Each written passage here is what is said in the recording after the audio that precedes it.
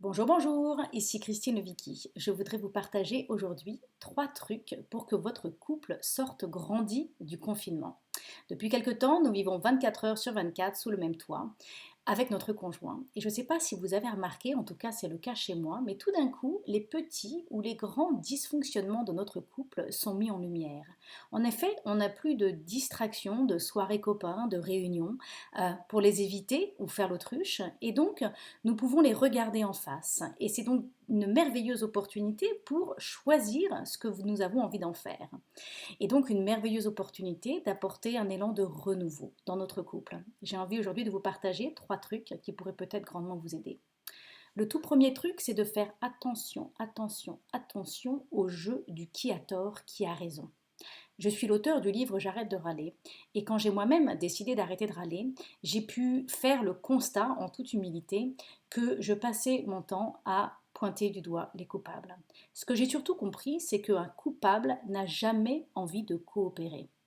Donc je voudrais vous inviter en toute honnêteté à faire un petit bilan et à regarder combien de fois, sans nous en rendre compte, sans vous en rendre compte, vous tombez dans ce piège. Peut-être que vous avez envie de vous faire entendre, vous avez besoin d'aide, de soutien, de calme ou de respect, mais en fait, au lieu de vous exprimer tout simplement, d'exprimer votre besoin, vous envoyez des piques, vous accusez, vous pointez du doigt le coupable. Donc faites très très attention de ne pas tomber dans ce piège et rappelez-vous la règle d'or, c'est celui qui fait qui a raison. Le deuxième truc que je voudrais partager avec vous, c'est l'invitation à faire de votre couple une priorité. Et si vous preniez rendez-vous pour vous retrouver? Peut-être que ça peut être de prévoir un dîner dans la chambre aux chandelles quand les enfants font pizza et film en bas, ou alors de faire le tour du pâté de maison main dans la main en fin de journée. Et pourquoi pas décider que mercredi, c'est soirée sexy. Vous pourriez dès le matin vous envoyer des petits SMS pour commencer à faire monter la tension pendant la journée. Donc ça, c'est le deuxième truc, c'est faire de votre couple une priorité. Et la troisième chose, c'est une invitation à dire et si vous pouviez apporter un peu de zeste à votre intimité. Ce qui tue le couple, c'est la routine. Et avant, si on avait une routine, peut-être que ça pouvait passer, parce que dans la journée, on vivait plein de choses différentes. Mais maintenant, on se rend bien compte que peut-être notre couple était un peu endormi dans nos petites habitudes un peu plan-plan.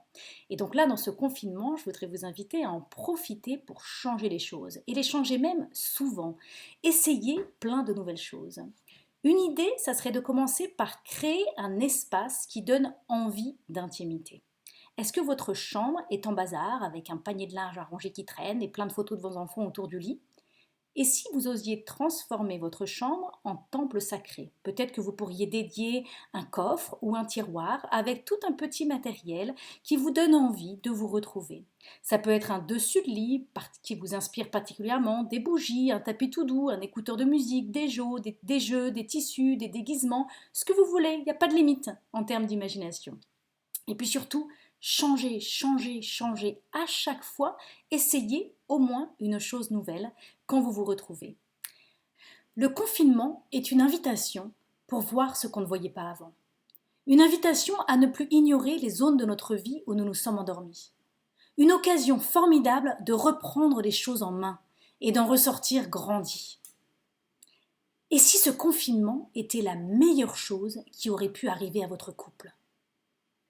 Qu'est-ce qui doit se passer pour que cette affirmation devienne votre réalité?